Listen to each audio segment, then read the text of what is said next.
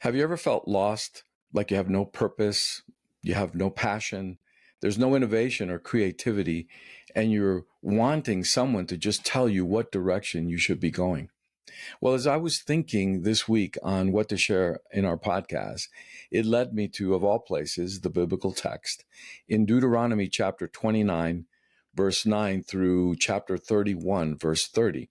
Now, specifically in Deuteronomy chapter 30, verse 19, it says, I call today upon heaven and earth as a witness for you. I have set before you life and death, blessing and curse, and you shall choose life so that you and your children may live. Now, do we really need the Torah or the biblical text or anyone to tell us, hey, choose life? What person of sound mind would choose death?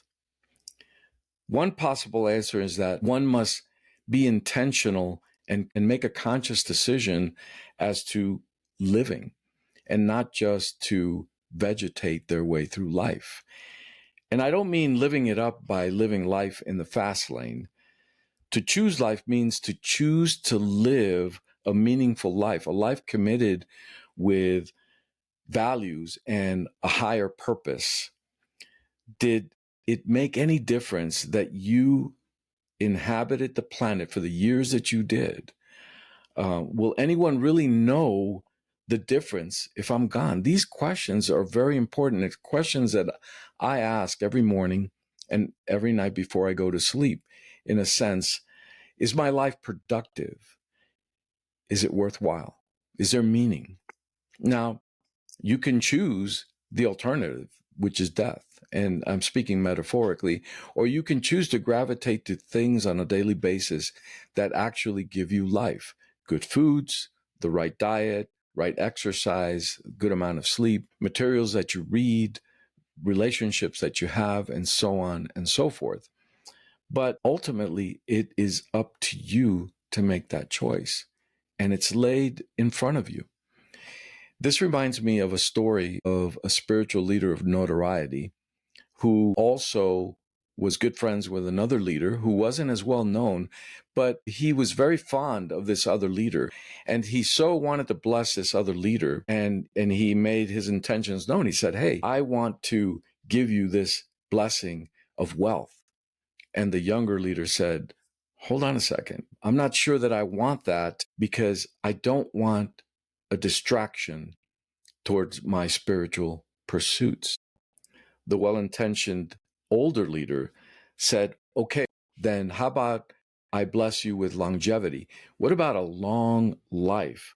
To which the younger leader stipulated in his reply by saying, it should be not peasant or poverty years, but it should be years that give me eyes to see and ears to hear so that I can hear the God source and know what direction I go. And so here was this younger leader who sounds like he was pretty picky when you have another leader who really wants to give him this great blessing. And he's laying out these conditions. But yes, this younger leader, he chose life. And he chose to live a life that would be purposeful and productive, and that one that would make a tangible difference, not just in his own life, but in the life of those around him as well. See, he wasn't interested in a long life. Essentially, it would amount to an empty life that was not going to be any good. And he was not going to settle for a long life, and it wound up being an empty life. That was a powerful revelation for me this week to think about. We have this gift of breath and life, and we have shared this in the podcast before, the importance of intentional living. And yet it's easy to go on about your day-to-day business and forget that you have this life that exists, that you can make better each and every day, that you can have peace, clarity, and freedom each and every day. But to do that, that means that you need to develop yourself every day and not abandon your values and create alignment, agreement, and boundaries, and protect your identity from those that may come in and have you experience what they believe is their perception of how you should be living your life. If you don't know how you should be living your life, there'll be others that will quickly jump in and provide you tasks and directions. And before you know it, you're enslaved to somebody else's construct on how they feel you should be living your life. And it'll just pass you by.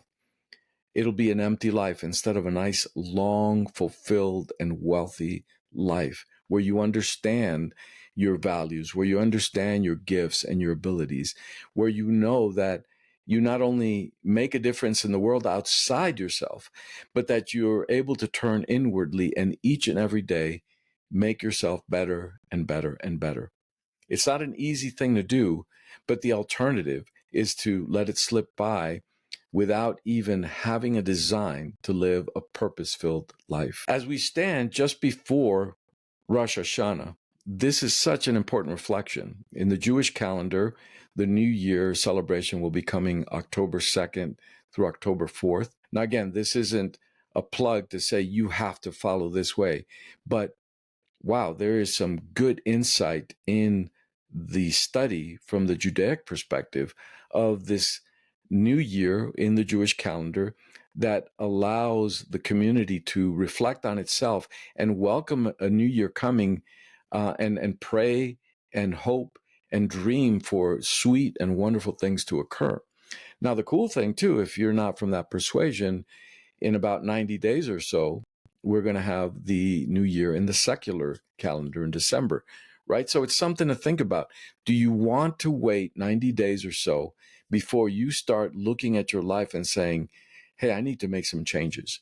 There's some things I need to do with my diet. There's some things I need to do at work that I'm doing or not doing, whether you could be better at the position that you're doing, or maybe you're giving so much of yourself that you have very little left to give your family, loved ones, and friends, and or you're not giving yourself time to develop and you're just living for someone else's life. That's enslavement. So we need to be careful. Work is a blessing and it's a good thing, but in today's high stress society, it's very easy to fall to the wrong direction and not take care of you and your life and manage that well. So be careful with that and consider whether you're celebrating the Jewish New Year or whether you're looking at the secular calendar. Set a goal for yourself.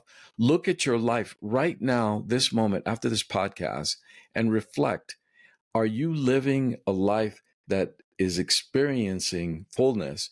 Or at the end of the day, is it just going to be another empty day that passed you by and you basically didn't even experience the experience and learn anything from it?